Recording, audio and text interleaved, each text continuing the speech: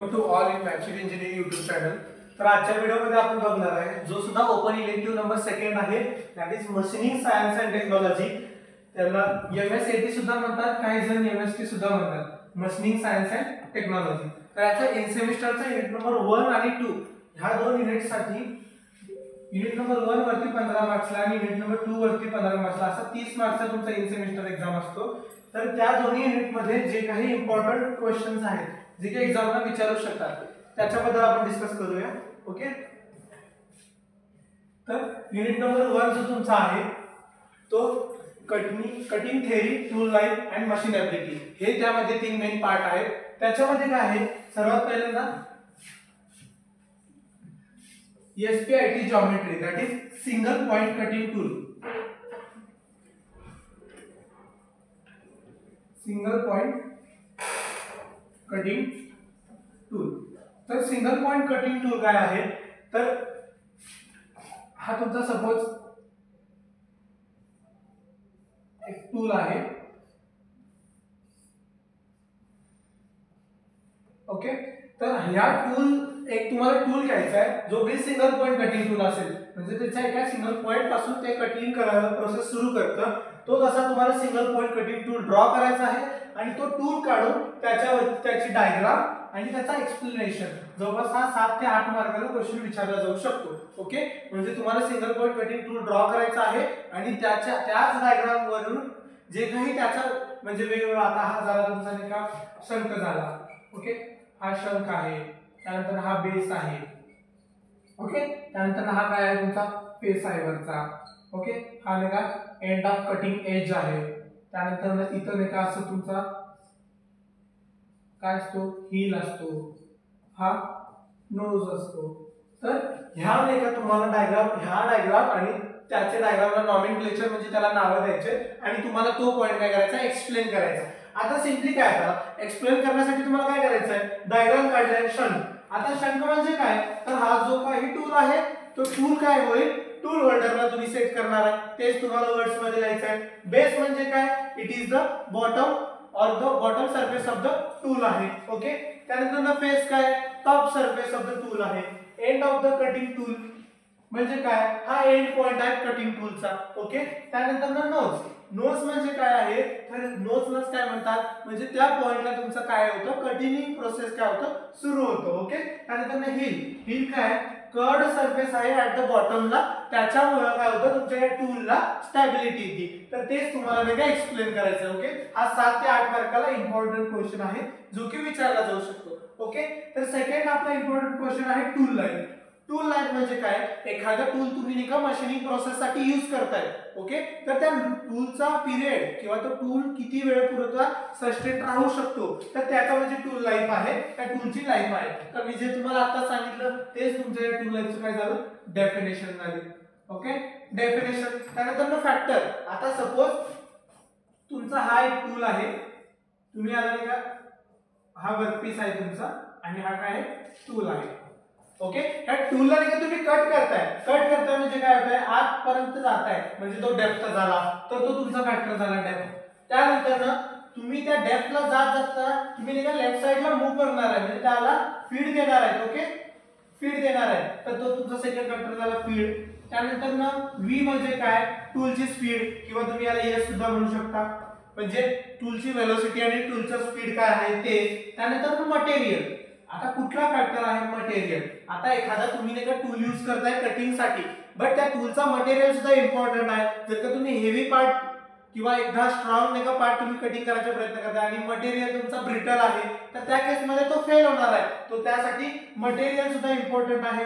Okay, त्यानंतर ना geometry मध्ये काय असणार आहे, तुमचा टूलचा स्ट्रक्चर काय आहे, शेप काय आहे, साईज काय आहे, अँगल ऑफ कट काय आहे, त्या गोष्टी सुद्धा या केस मध्ये इम्पॉर्टंट असणार आहे. तर ह्या सगळ्या तुम्हाला गोष्टी नाही का टूल लाईफ शी रिलेटेड जर का क्वेश्चन आला तर त्यावेळेस तुम्हाला नाही का ते एक्सप्लेन करायचं आहे. आता Taylor equation for the tool साठी काय आहे, तर V * T⁻n = C, हा जो काही C हा इक्वेशन आहे.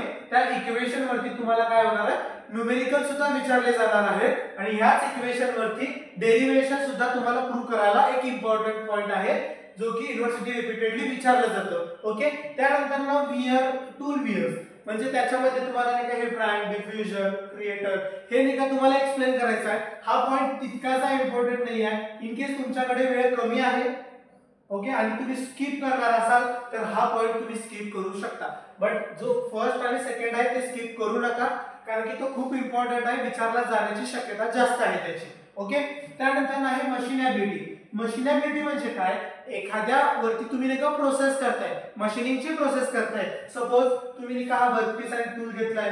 समजा नाही का तुम्ही लेथ मशीन वरती काय करताय, टर्निंग ऑपरेशन करताय, चाम्फरिंग करताय, ओके, नर्लिंग करताय. हे जे काही ऑपरेशन करताय म्हणजे तुम्ही काय करताय, मशीनॅबिलिटी करता. एखाद्या मशीनिंग वरती मटेरियलचं काय करतो आपण, प्रोसेस करून त्या मटेरियल वरती काही नाही का आपण चेंजेस करायचा प्रयत्न करतो. ते म्हणजे तुमचा मशीनिंग प्रोसेस आहे. ओके. ते म्हणजे काय, मशीनिंग आहे. Okay. Then machinability index. Machinability index पहिल्यांदा काय आहे मी तुम्हाला सांगतो. सॉरी, मशीनॅबिलिटी इंडेक्स म्हणजे काय, सपोज तुमच्याकडे दोन मटेरियलचे काय आहे, तुम्ही दोन मटेरियलचं काय केलं, मशीनॅबिलिटी केले, त्याच्यावरती वेगवेगळे प्रोसेस केले. तर त्या दोन्ही मधला जो काही तुम्हाला डिफरन्स ओळखायचा असेल, काय चेंजेस झाले ते ओळखायचं असेल तर त्या केसमध्ये तुम्हाला काय होईल, मशीनिंग इंडेक्स हा युजफुल पडतो. सपोज तुम्ही मशीनिंग इंडेक्स घेतलाय फॉर द मटेरियल साठी, जो ज्या मटेरियलवरती तुम्ही केलंय तो, आणि material index for the standard material okay into 100 या फॉर्म्युलाचा यूज करून तुम्ही काय करता, मशीनिंग इंडेक्स हा फाइंड आउट करता. ओके. पण ज्या केस मध्ये तुम्हाला मशीनिंग इंडेक्स फाइंड आउट करायचा असेल, जो काही मशीनिंग इंडेक्स आहे फॉर द मटेरियल, ज्या मटेरियल साठी तुम्ही मशीनिंग प्रोसेस करताय तो, आणि एक machining index of the standard into 100 हा मशीनिंग इंडेक्स फाइंड आउट करण्यासाठी. म्हणजे दोन मटेरियल मध्ये जो काही डिफरन्स आहे, मशीनिंग केल्यानंतर जो काही डिफरन्स तुम्हाला जाणवतोय तो फाइंड आउट करण्यासाठी तुम्हाला हा मशीनिंग इंडेक्स काय होतो, युजफुल पडतो. अगेन फॅक्टर सेम असणार आहे. त्यामध्ये मटेरियल काय असणार आहे, मटेरियल एखादा आता समजा नाही का स्टेनलेस स्टील आहे, त्याचा मशीनिंग इंडेक्स काय आहे, 80% आहे. ब्रास आहे, त्याचं काय आहे, जास्त आहे, दॅट इज 180% आहे. ओके. तर ह्या मटेरियलनुसार जसं त्याचं एक मशीनिंग इंडेक्स चेंज होतं, त्यानुसार सुद्धा फॅक्टर अफेक्ट करतात. म्हणजे मटेरियल हे सुद्धा इम्पॉर्टंट आहे. ओके. म्हणजे एखादं मटेरियल यूज करताय, जर का ते मटेरियल ब्रास सारखं समजा मटेरियल असेल तर त्याचं मशीनिंग इंडेक्स ऑब्विसली हाय असणार आहे. स्टेनलेस स्टील असेल त्याचं मशीनिंग इंडेक्स लो असणार आहे. ओके. तर त्यानंतर काय आहे, तुम्ही अँगल ऑफ कट काय देतोय, स्ट्रेंथ ऑफ द मटेरियल काय, कोणत्या टाइपचं मटेरियल यूज केलंय, स्पीड काय, त्याची डेप्थ काय आहे, ह्या सगळ्या गोष्टी परत नाही का अफेक्ट करणार आहे. तर ते तुम्हाला लिहायचं आहे. ओके. तर म्हणजे ह्या केस मध्ये काय असणार आहे, machining and the machining index and the factor affect, म्हणजे त्याच्यावरती कोणकोणते फॅक्टर अफेक्ट करतात ते तुम्हाला इथे शॉर्ट मध्ये एक्सप्लेन करायचं आहे. हा सुद्धा एक इम्पॉर्टंट क्वेश्चन आहे जे की तुम्हाला रिपीटेडली विचारला जाऊ शकतो. ओके. देन त्यानंतर काय आहे, चीप फॉर्मेशन. हा सुद्धा एक इम्पॉर्टंट क्वेश्चन आहे. चीप फॉर्मेशन म्हणजे काय, तुम्ही एखाद्या वर्कपीसला टूलचा यूज करून काय करताय, तो मटेरियल कट करताय. ओके. चाम्फरिंग, नर्लिंग ह्यासारख्या प्रोसेस थ्रू तुम्ही काय करताय, मटेरियल कट करताय. जो रिमूव्ह झालेला वेस्ट असतो, जो सुद्धा मटेरियल बाहेर पडतो, त्याला म्हणतात चीप. ओके. तर ही मी तुम्हाला एक चीप फॉर्मेशनची प्रोसेस सांगितली. ओके. जो रिमूव्ह झालेला मटेरियल आहे तो झाला तुमचा चीप. ओके. तर मग तीच तुमची ऍक्च्युअल डेफिनेशन झाली for the chip formation. Okay. त्यानंतर त्याच्यामध्ये सुद्धा टाइप्स आहेत, 2-3 टाइप्स आहेत जे की आपल्या सिलेबस मध्ये आहेत, ते तुम्हाला नाही का कव्हर करायचे. त्यानंतर ना चिप ब्रेकिंग सुद्धा इम्पॉर्टंट, खूप इम्पॉर्टंट आहे. ह्या नाही का दोनदा क्वेश्चन विचारलेला आहे. ओके. याच्यामध्ये 3 टाइप आहेत, ते तुम्हाला तिन्ही टाइप एक्सप्लेन करायचे. ओके. काय आहे तर स्टेप म्हणून एक आहे. ओके. देन त्यानंतर ना ग्रूव आहे. ओके. त्यानंतर क्लॅम्प्ड आहे. असे नाही का 3 टाइप्स आहेत. ते 3 टाइप सुद्धा तुम्हाला exam point of view important आहे, जे की विचारले जाऊ शकता. ओके. तर हा क्वेश्चन सुद्धा खूप इम्पॉर्टंट आहे. हा क्वेश्चन जवळपास कमीत कमी 5 जास्तीत जास्त 7 मार्काला युनिव्हर्सिटीने विचारलेला आहे. ओके. हा 3 क्वेश्चन साठी सेम मार्किंग स्कीम आहे. ओके. त्यानंतर आहे मर्चंट सर्कल. हा इम्पॉर्टंट आहे. 4 मार्काला डायग्राम किंवा डायरेक्ट 7-8 मार्काचा क्वेश्चन होतो. खूप इम्पॉर्टंट मला हा आणि हा क्वेश्चन. ओके. तर मर्चंट सर्कल तुम्हाला ड्रॉ करायचा आहे. फर्स्ट डायग्राम खूप इम्पॉर्टंट आहे. एकदा काय केलं युनिव्हर्सिटीने डायग्राम विचारलं 4 मार्काला, आणि दोनदा काय विचारलं, एक्सप्लेनेशन विचारले 7-7 मार्काला. तर हा पॉइंट इम्पॉर्टंट आहे. त्याच्यामध्ये फोर्सशी रिलेटेड वेगवेगळे रिलेशनशिप्स आहेत फोर्सशी रिलेटेड, तर तुम्हाला त्या फोर्स मध्ये असलेले relationship by use of diagram explanation with the derivation हा रेखा तुम्हाला इथे एक्सेप्टेड आहे. ओके, तर त्यानंतर मग शियर अँगलचा एक डेरिवेशन आहे. ओके, शियर अँगलचा विथ थिकनेस सोबतचा एक डेरिवेशन आहे, तो सुद्धा जवळपास 5 ते 8 मार्काला विचारलेला आहे. हा सुद्धा इम्पॉर्टंट आहे. खूप कमी स्टेप मध्ये जवळपास 4-5 स्टेप मध्ये डेरिवेशन आहे.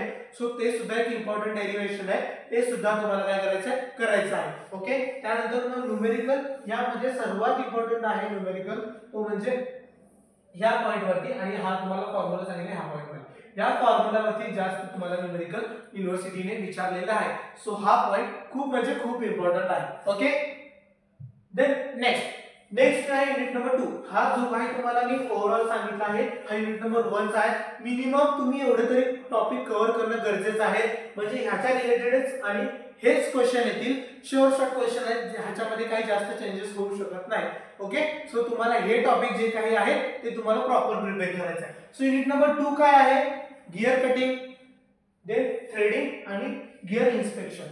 ओके, हा युनिट नंबर 2 आहे एमएसटी चा आपला. ओके, त्याच्यामध्ये पहिला पॉइंट आहे threading process. Okay, threading process. Okay, त्याच्यामध्ये येतं मिलिंग, रोलिंग, ग्राइंडिंग, टॅपिंग. तर ह्या सेकंड युनिट साठी मी तुम्हाला एक टिप्स देतो. तुम्ही ज्यावेळेस युनिट नंबर 2 ची प्रिपरेशन करताय, त्यावेळेस तुम्हाला सगळे each and every question in the form of difference, okay, in the form of difference मध्ये तुम्हाला हे प्रिपेअर करायचे.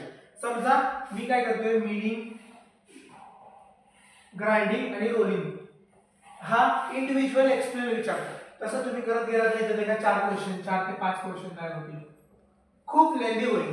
तर तुम्हाला ह्या डिफरन्सच्या फॉर्म मध्ये diagram, definition, advantage, disadvantage, application, example या फॉर्म मध्ये काय करायचं आहे, तुम्हाला ह्या टॉपिकचा डिफरन्शिएट करायचं आहे, ह्या टॉपिकला तुम्हाला डिफरंट करायचं आहे आणि त्याच्यातून तुम्हाला काय करायचं, तुम्हाला तो टॉपिक प्रिपेअर करायचा आहे. म्हणजे मिनिमम टाइम मध्ये तुमचं मॅक्सिमम सिलेबस कव्हर होईल. त्यामुळे तुमचे ह्या युनिटचे शॉर्टकट तुम्हाला मार्क्स मिळतील. ओके, सेम युनिट नंबर 2 साठी तुम्हाला ह्या सेकंड क्वेश्चन साठी पण करायचं आहे गिअर कटिंग. गिअर कटिंग मध्ये सुद्धा 3 टाइप आहेत, hobbing, shaping, helical gear cutting. Same तुम्हाला तो डिफरंट फॉर्म मध्ये डायग्राम आणि त्याचं एक्सप्लेनेशन करायचं आहे. हा सुद्धा तुम्हाला टॉपिक करायचा आहे, हा सुद्धा इम्पॉर्टंट टॉपिक आहे. ओके, त्यानंतर आहे इंडेक्सिंग इन मिलिंग. ओके, तर इंडेक्सिंग इन मिलिंग म्हणजे मिलिंग म्हणजे 2 टाइप्स ऑफ इंडेक्सिंग आहे आपल्या सिलेबस साठी, सिंपल आणि कंपाऊंड. तर त्याचा सेम तुम्हाला ह्याच्या दोन्हीचा कंपॅरिझन करायचा आहे, advantage, disadvantage, application with diagram. Okay, ज्या वेळेस तुम्ही कुठलाही थेरी रिलेटेड सब्जेक्ट सॉल्व्ह करताय त्यामध्ये तुम्हाला अपेक्षित काय असतं, डायग्राम तुम्ही नीट लेबल डायग्राम किंवा ब्लॉक डायग्राम इम्पॉर्टंट असतं. सेकंड थिंग काय आहे, त्या डायग्राम वरून तुम्हाला एक्सप्लेनेशन करता आलं पाहिजे. ओके, त्यानंतर ना ॲडव्हांटेज, त्याची प्रोसेस असेल तर प्रोसेस लिहा. ओके, त्यानंतर ना ॲडव्हांटेज, ओके, डिसएडव्हांटेज, त्यानंतर ना ऍप्लिकेशन विथ एक्झाम्पल. ओके, तर तुम्ही ज्यावेळेस सुद्धा एखादं थेरी सब्जेक्टची प्रिपरेशन करताय तर तुम्हाला ह्या फ्लोनीच प्रिपरेशन करायचं आहे. ज्या वेळेस तुम्ही ऍक्च्युअली या फ्लोनी प्रिपरेशन करताल तर त्यावेळेस तुमच्या थेरीचे शॉर्टकट मार्क होतील. का तर एक्झामिनर जो काही चेकर असतो त्याला जर या सगळ्या गोष्टी दिसला तर तो मार्कच कमी करू शकणार नाही आपले. ओके, सो तुम्हाला ह्या फ्लो मध्ये तुमचा एक्झाम काय करायचं आहे, अटेम्प्ट करायचं आहे. ओके, त्यानंतर ना आहे गिअर मटेरियल सिलेक्शन. एखादं तुम्ही गिअर काय करताय, डिझाईन करताय किंवा मॅन्युफॅक्चर करताय तर त्यासाठी मटेरियल सिलेक्शन खूप इम्पॉर्टंट आहे. का तर तुम्ही व्हेकल मध्ये वापरणारे गिअर, वेगवेगळ्या मशीनिंग मध्ये, मेकॅनिझम मध्ये वापरणारा गिअर हा डिफरंट असू शकतो. एखाद्या वेळेस तुमची मेकॅनिझम खूप हाय क्वालिटीची आहे, हाय लेवलची आहे, पण त्या केस मध्ये तुम्ही काय करताय, म्हणजे ज्या गिअरची स्ट्रेंथ कमी आहे ते यूज करताय तर त्यावेळेस ऍक्सिडेंट होण्याचे, हार्मफुल वेगवेगळ्या गोष्टी होण्याचे चान्सेस असतात. समजा नाही का तुम्ही एखादा कुठला तरी गिअर बनवलेला आहे तो खूप इम्पॉर्टंट आहे, जर का तो गिअर लेस क्वालिटी ऑफ मटेरियलचा बनलेला असेल तर तो गिअर ब्रेक होऊ शकतो. त्यामुळे काय होऊ शकतो, त्या केसमध्ये तिथे ऍक्सिडेंट होऊ शकतो. सो त्यासाठी तुम्हाला ज्यावेळेस तुम्ही गिअरचे सिलेक्शन करताय तर त्या केसमध्ये तुम्हाला गिअरचा मटेरियल सिलेक्शन खूप आणि खूप इम्पॉर्टंट रोल प्ले करतो. ओके, त्यानंतर ना काय कुठले कुठले फॅक्टर अफेक्ट करतात. सेम टाइप ऑफ मटेरियल, कुठला टाइप ऑफ मटेरियल तुम्ही वापरताय एखादी गिअर ड्रॉ करण्यासाठी, टाइप ऑफ मटेरियल, त्यानंतर ना त्याचा मेकॅनिकल प्रॉपर्टी आणि कंपोजिशन काय आहे ते. ओके, मेकॅनिकल प्रॉपर्टी आणि कंपोजिशन, त्यानंतर ना त्याचा स्ट्रेंथ, स्ट्रेस, स्टिफनेस, टफनेस, ह्या सगळ्या पॅरामीटर इम्पॉर्टंट आहेत. ओके, त्यानंतर त्याला कुठले कुठले फॅक्टर अफेक्ट करतात. एखादा गिअर बनवलेला आहे, समजा environmental temperature, rainfall, water, moisture या कंटेंटमुळे जर का तो गिअर आपला म्हणजे डिस्ट्रॉय होत असेल तर तो सुद्धा तिथं अफेक्ट करणार आहे. तर ह्या 5 म्हणजे शॉर्ट आहे, तुम्हाला काय करायचं आहे फक्त हेडलाईन लक्षात ठेवायची आहे, त्यावरनं तुम्ही तुमच्या ओन शब्दामध्ये लिहू शकता. कारण की तुम्ही already manufacturing process, solid mechanics, EMM that is material science, okay, हे नाही का तुम्ही ऑलरेडी प्रिपेअर केलेलं आहे. सो त्यावरनं तुम्हाला हे नाही का एक्सप्लेन करणं, व्हिज्युअलाइज करणं, इझी टू एक्सप्लेन करणं तुम्हाला लगेचच होऊन जाईल. ओके, तो हा सुद्धा क्वेश्चन इम्पॉर्टंट आहे. त्यानंतर ना casting for gear, gear casting कुठल्या कुठल्या प्रकारे करू शकतो, त्याच्यामध्ये काय ॲडव्हान्टेज, लिमिटेशन म्हणजे डिसएडव्हान्टेज काय आहे, हे सुद्धा एक इम्पॉर्टंट पॉइंट आहे. ओके, सो हे सुद्धा तुम्हाला लक्षात ठेवायचं आहे. ओके, त्यानंतर गिअर इन्स्पेक्शन हा इम्पॉर्टंट आहे आणि त्याच्यावरती कॉमन मेथड. आता गिअर इन्स्पेक्शन नावातच आहे. गिअर इन्स्पेक्शन म्हणजे काय, तुम्ही जो सुद्धा गिअर डिझाईन करताय किंवा मॅन्युफॅक्चर करताय तर त्या तयार केलेल्या गिअरवरती आपल्याला काय करायचं आहे, वेगवेगळ्या इन्स्पेक्शन, वेगवेगळ्या मेथड यूज करून त्याची टेस्टिंग करायची. इन शॉर्ट म्हणजे तो जर गिअर बनवलेला आहे आपण एखाद्या प्रोसेससाठी तर त्या लेवलच्या त्या स्ट्रेंथला तो सस्टेन करू शकतो का नाही, किंवा तुम्ही एखादा गिअर बनवला आहे बट तो नाही का त्या प्रोसेससाठी युजफुलच नाही तर गिअरचा युजच नाही आहे, त्यावेळेस आपल्या मॅन्युफॅक्चरिंग फील्डमध्ये खूप असे ऍक्सिडेंट होण्याचे चान्सेस असतात. सो त्यासाठी ज्यावेळेस तुम्ही एखादा गिअर ड्राईव्ह करताय, एखादा गिअर डिझाईन करताय, मॅन्युफॅक्चर करताय, इन्स्पेक्शन म्हणजे त्या गिअरवरती टेस्टिंग हे खूप आणि खूप इम्पॉर्टंट आहे. ओके, त्यानंतर लास्ट आहे युनिट नंबर 1 आणि 2 मध्ये इम्पॉर्टंट डेरिव्हेशन आणि न्यूमेरिकल काय आहे ते बघायचं आपल्याला. ओके, तर फर्स्ट आहे शियर अँगल दॅट इज फायचं derivation in terms of the chip thickness. Okay, ह्याचा एक डेरिव्हेशन आहे जी युनिव्हर्सिटीने 2 ते 3 वेळा रिपीटेडली विचारलाय 5 ते 8 मार्काला.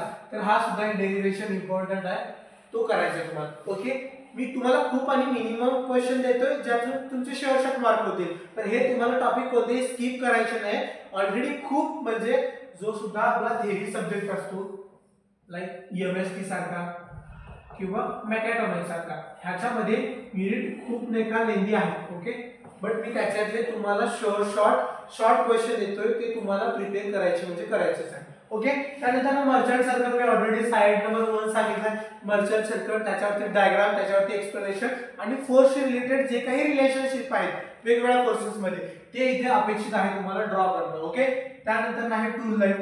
टूल लाईफचं काय मी सांगितलं तुम्हाला, v × t⁻n = c. हा एकच इक्वेशन आहे जो तुम्हाला डिराइव्ह करायचा आणि त्याच्यावरती न्यूमेरिकल कंपल्सरी विचारलं जातं 5 ते 8 मार्काला. ओके, तर हा टूल लाईफचा सुद्धा तुम्हाला खूप इम्पॉर्टंट आहे. Tool life, okay, tool life खूप इम्पॉर्टंट टॉपिक आहे. त्यानंतर ना numerical based on the tool life जे की मी ऑलरेडी सांगितलं खूप म्हणजे खूप इम्पॉर्टंट आहे. देन सेकंड तुम्ही ह्या गोष्टीला तुम्ही म्हणजे जे काही तुमचे विविध कटिंग फोर्सेस फाइंड आउट करायचे किंवा power energy conservation find out करायचे त्यासाठी तुम्ही या गोष्टी यूज करू शकता.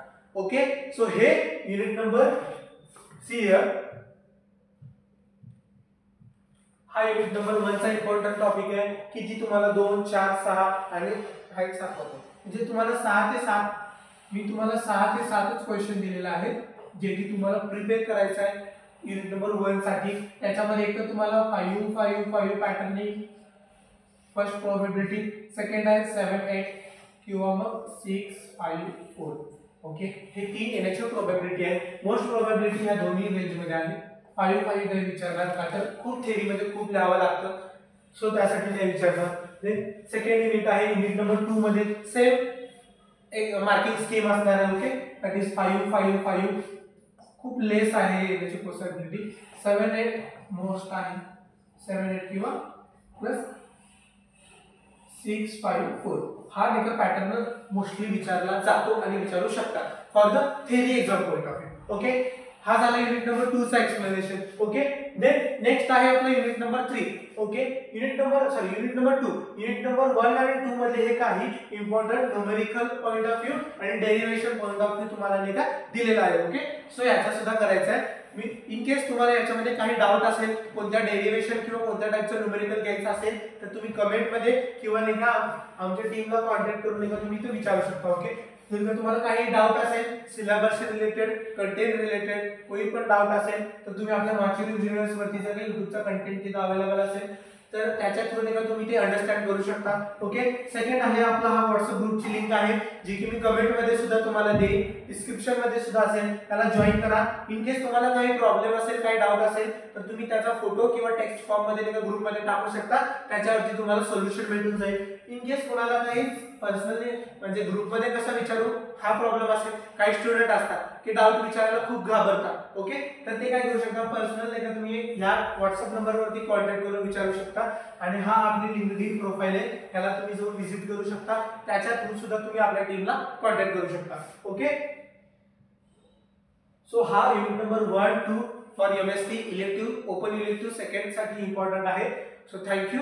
इन केस तुम्हाला काही डाऊट असेल, कोणत्या टॉपिकवर व्हिडिओज असेल तर नक्की तुम्ही कमेंट करून सांगा, मी त्याच्यावरती ट्राय करेन व्हिडिओ बनवायचा. आणि व्हिडिओ जास्तीत जास्त तुमच्या अनऑफिशियल वरती वेगवेगळ्या कॉलेजवरती शेअर करा, लाईक करा आणि सबस्क्राईब करायला विसरू नका. आणि बेल आयकॉन नक्की प्रेस करा, कारण की जो सुद्धा नवीन कंटेंट तुमच्या सिलेबस रिलेटेड तुमची त्यासाठी तुम्हाला त्याचा नोटिफिकेशन येऊन जाईल. Okay, so thank you.